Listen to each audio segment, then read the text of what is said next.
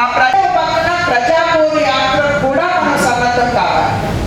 ఎందుకంటే 22వ cluster meetings నిర్వహించుకోవడానికి అంటే ఎన్నికలకి సంబంధించినటువంటి సన్నాహకం ఏ విధంగా ఉన్నది అనేటువంటి విషయం చెప్తున్నారు. ఇంకో 2 నెలల్లో మనం ఎట్లాగో ఎన్నికలకి వెళ్తున్నాము. పొత్తుల సంగతి ఎలాగున్నా దాని మీద నిర్ణయం మా పై నాయకత్వం తీసుకుంటుంది. కాబట్టి క్షేత్రస్థాయిలో భారతీయ జనతా పార్టీ అన్ని విధాలా కూడా తయారీ చేసుకుంటూ ముందుకు వెళ్తున్నటువంటి నేపథ్యం. కార్యకర్తల్లో కొత్త ఉత్సాహం కనపడుతుంది. ఖచ్చితంగా మనం ఈ రాబోయే ఎన్నికల్లో భారతీయ జనతా పార్టీని ఒక బలీయమైనటువంటి శక్తిగా మనం ముందుకు తీసుకురావాలి అనేటువంటి నిబద్ధతతోటి నడుం బిగించి ప్రతి కార్యకర్త కూడా పనిచేయడానికి సన్నద్ధంగా ఉన్నటువంటి నేపథ్యం. ఇవాళ రాష్ట్రంలో ఉన్నటువంటి పరిస్థితుల్ని చూసినా కూడా ఏ రకమైనటువంటి అవినీతితో నిండినటువంటి పాలన, కక్షపూరిత పాలన, విధ్వంసకర పాలన మనం రాష్ట్రంలో చూస్తున్నాం.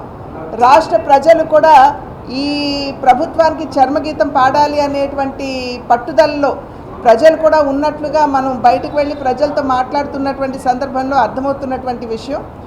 అవినీతిలో కూరుకుపోయి రాష్ట్రంపై అప్పుల భారం వేసి అభివృద్ధి అన్న పదానికి తావు లేకుండా ఒక నిరంకుశ పాలన మనం ఇవాళ రాష్ట్రంలో చూస్తున్నటువంటి నేపథ్యం. ఇవాళ కూడా మీరు చూసినట్లయితే అవినీతికి సంబంధించి ఇసుక మాఫియా దగ్గర నుండి, భూ మాఫియా దగ్గర నుండి, మద్యం మాఫియా దగ్గర నుండి అన్ని విధాలా కూడా అభివృద్ధి ఎలాగున్నా కూడా అవినీతి పేటరేగిపోయే పరిస్థితి మనం రాష్ట్రంలో చూస్తున్నాము. ఇవాళ మనం మీడియాలో చూసినా కూడా ఇవాళ కేంద్రానికి సంబంధించినటువంటి ఎన్వైరన్మెంట్ మినిస్ట్రీ ఏదైతే ఉందో వారు కూడా కోర్టులో ఖచ్చితంగా ఆంధ్ర రాష్ట్రం నిబంధనలకి విరుద్ధంగా ఇక్కడ శాండ్ మైనింగ్ జరిగినటువంటి విషయాన్ని కూడా కోర్టులో వారు సమర్పించినటువంటి నివేదిక. దాని మీద కోర్టు కూడా ఇవాళ గట్టిగా నిర్ణయం తీసుకునేటువంటి అవకాశం ఉంటుంది. ఒక రకంగా చెప్పాలంటే ఇదంతా కూడా భారతీయ జనతా పార్టీ విజయంగా మేము భావిస్తాము.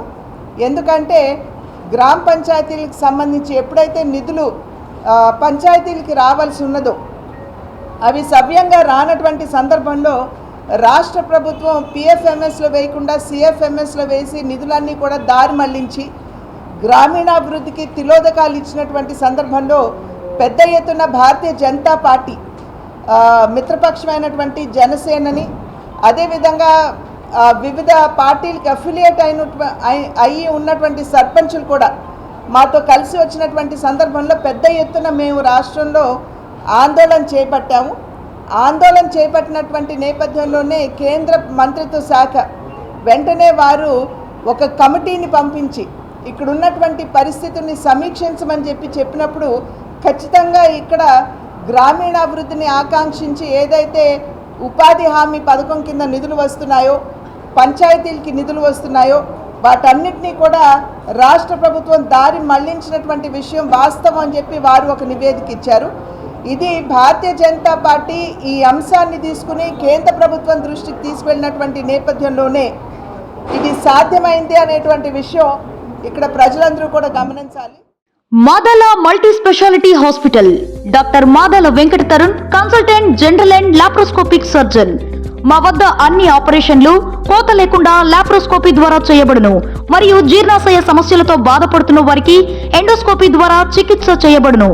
మొలలు, ఫిస్టులాతో బాధపడుతున్న వారికి లేజర్ ద్వారా చికిత్స చేయబడును. అన్ని రకాల ఆపరేషన్లు 20% రాయితీతో చేయబడును. చర్మ వ్యాధి సమస్యలు, కంటి సమస్యలు, చెవి, ముక్కు, గొంతు సమస్యలు, పంటి సమస్యలకు చూడబడును. షుగర్, బీపీ మరియు విషజ్వరాలకు చూడబడును. మా హాస్పిటల్ నందు 24/7 ఎమర్జెన్సీ సర్వీస్ తో పాటు అడ్మిషన్ సౌకర్యం, ఆక్సిజన్ ఫెసిలిటీ, ల్యాబొరేటరీ, 24/7 ఫార్మసీ కలదు. Madala multi speciality hospital S2 cinema complex road నుండి విజయమహల్ గేటుకు వెళ్లుదారి 4వ వీధి, పొగతోట, నెల్లూరు.